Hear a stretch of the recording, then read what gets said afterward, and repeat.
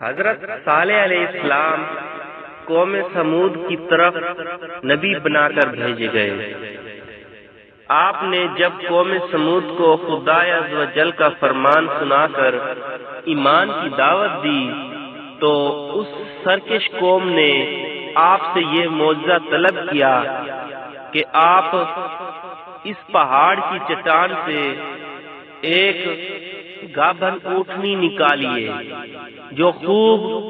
فربا اور ہر قسم کے عیوب و نقائص سے پاک ہو۔ چنانچہ آپ نے چٹان کی طرف اشارہ فرمایا تو وہ فوراً ہی پھٹ گئی اور اس میں سے ایک نہایت ہی خوبصورت و تندرست اور خوب بلند قامت اونٹنی نکل پڑی جو گابھن تھی، اور نکل کر اس نے ایک بچہ بھی جنا،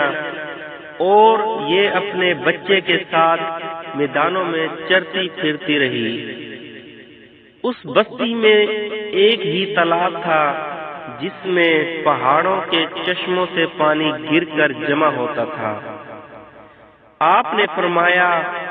کہ اے لوگو، دیکھو یہ معجزہ کی اونٹنی ہے۔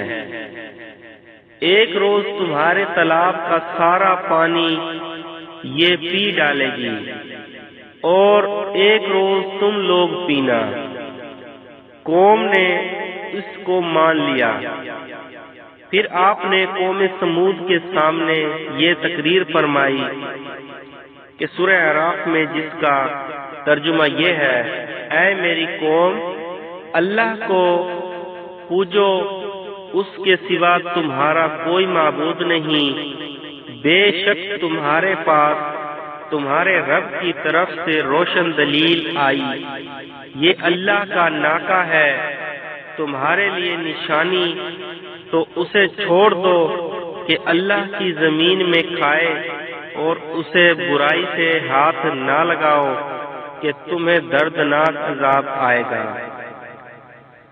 چند دن تو قوم سمود نے اس تکلیف کو برداشت کیا کہ ایک دن ان کو پانی نہیں ملتا تھا، کیونکہ اس دن تالاب کا سارا پانی اونٹنی پی جاتی تھی۔ اس لیے ان لوگوں نے طے کر لیا کہ اس اونٹنی کو قتل کر ڈالیں۔ چنانچہ اس قوم میں قدار بن صالح جو سرخ رنگ کا، بھوری آنکھوں والا اور پستہ قد آدمی تھا، اور ایک زناکار عورت کا لڑکا تھا، ساری قوم کے حکم سے اس اونٹنی کو قتل کرنے کے لیے تیار ہو گیا۔ حضرت صالح علیہ السلام منع ہی کرتے رہے، لیکن قدار بن صالح نے پہلے تو اونٹنی کے چاروں پاؤں کو کاٹ ڈالا، پھر اس کو ذبح کر دیا، اور انتہائی سرکشی کے ساتھ حضرت صالح علیہ السلام سے بے ادبانہ گفتگو کرنے لگا۔ تو اللہ تعالیٰ نے قرآن شریف میں اس موقع پر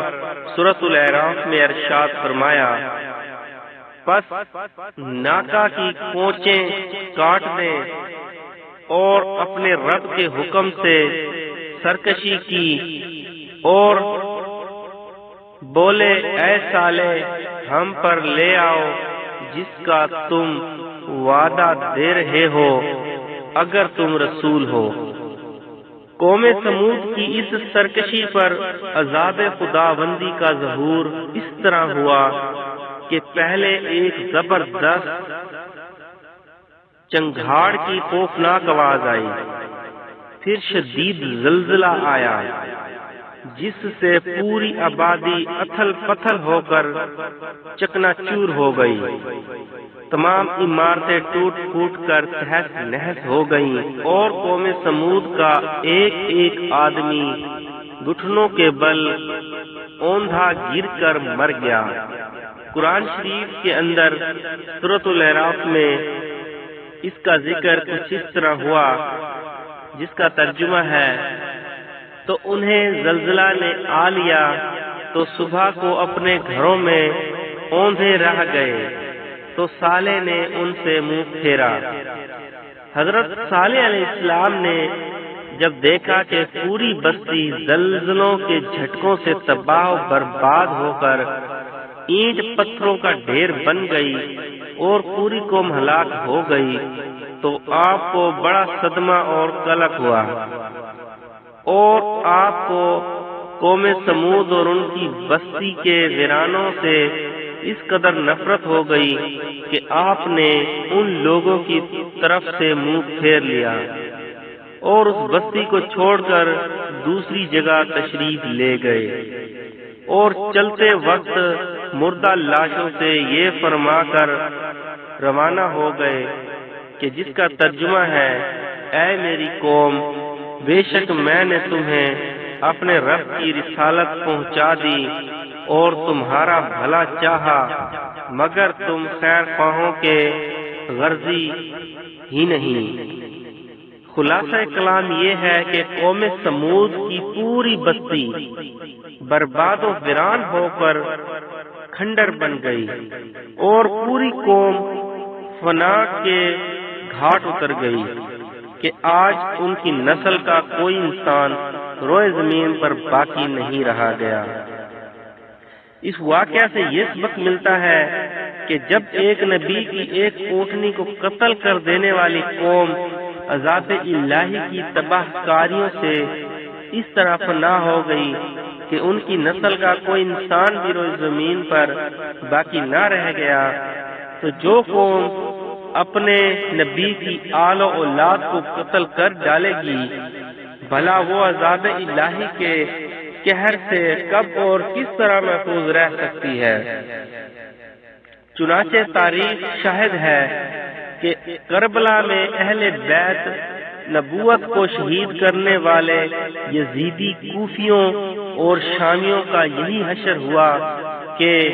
مختار بن عبید کے دور حکومت میں